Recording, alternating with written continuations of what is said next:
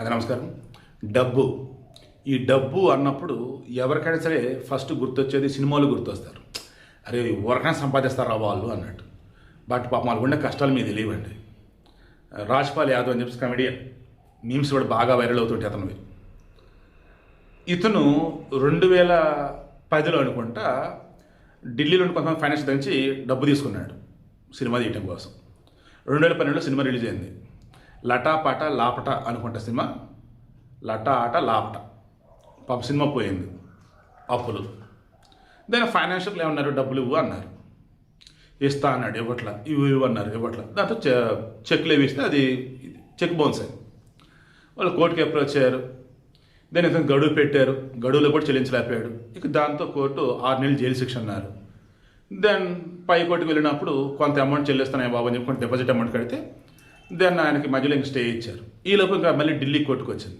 Delhi high court వచ్చేటప్పటికి ఇంకేమన్నారు, ఇక్కడ ఏమయ్యా మరి నువ్వు వాయిదాల మీద వాయిదాలు అడిగి డబ్బుల మీద కడుతున్నావు, డబ్బులు కూడా కట్టలేదు, మరి ఏంటి అంటే దెన్ ఇక ఆయన తరఫు లాయర్ వచ్చేసి ఇప్పుడు కొంత డబ్బు చెల్లించాం, ఇప్పుడు మా క్లయింట్ వచ్చేసి ఉన్న ఆస్తులు మొత్తం అమ్మేసుకున్నాడు, ఆ డబ్బు కడతకన్నా జైల్లో ఉండటమే బెటరు అన్నట్టుగా వాళ్ళు.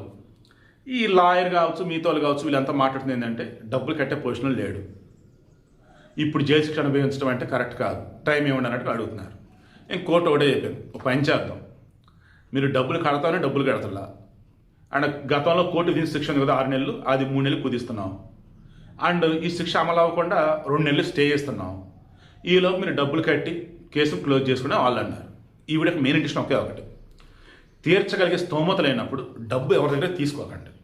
అండ్ ఎవరికంటే చెక్కులు ఇస్తున్నప్పుడు ఆ చెక్కు బౌన్స్ అవ్వకుండా మీ దగ్గర డబ్బు లేకపోయినా ఏదో ఒక ప్రాపర్టీ ఉండేలాగా చూసుకోండి. ఎందుకంటే అది అమ్మి చెల్లించేలాగా ఉంటే బెటర్. సింపుల్ నేను చెప్పేది. సినిమా కష్టాలు అంటూ ఉంటారు, ఇదిగో ఇవే మామూలు కష్టాలు ఉండవు. సినిమాలకు రావడానికి కష్టాలే, సినిమాల్లోకి వచ్చిన తర్వాత ఆ సెలబ్రిటీ స్టేటస్ కాపాడడానికి కష్టాలే. ఇతనికి పాపం చాలామంది తెలుసు, హార్డ్లీ 5 కోట్లు వాళ్ళు ఇచ్చారు, 4 కోట్లు ఏమో ఇంట్రెస్ట్ అయినా మొత్తం 9 కోట్లు, అందులో కొంత ఏదో చెల్లించాడట. బ్యాలెన్స్ అంటే తిప్పి 6 కోట్లు 7 కోట్లు ఉండొచ్చు. నిజంగా ఇండస్ట్రీలో ఇతను తెలిసిన వాళ్ళు టాప్ పోస్ట్ హీరోలు ఉన్నారు, ప్రొడ్యూసర్లు ఉన్నారు. ఇతను ఆదుకోవాలి, జైలు నుంచి తప్పించాలి, జైలు శిక్ష అనుకుంటే ఈజీ వాళ్ళకి.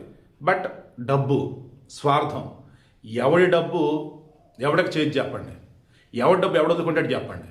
సో డబ్బు జాగ్రత్త, కూడబెట్టండి. అండ్ మనది కానీ డబ్బు మనకొద్దు, మనది మాత్రం జాగ్రత్తగా ఉంచుకుందాం.